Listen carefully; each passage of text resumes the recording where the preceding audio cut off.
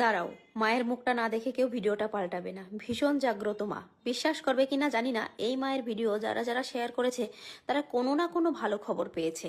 বিশ্বাস না হলে তুমিও একবার শেয়ার করে দেখতে পারো, অবশ্যই তুমি ভালো কোনো খবর পাবে। জয় মা কালী।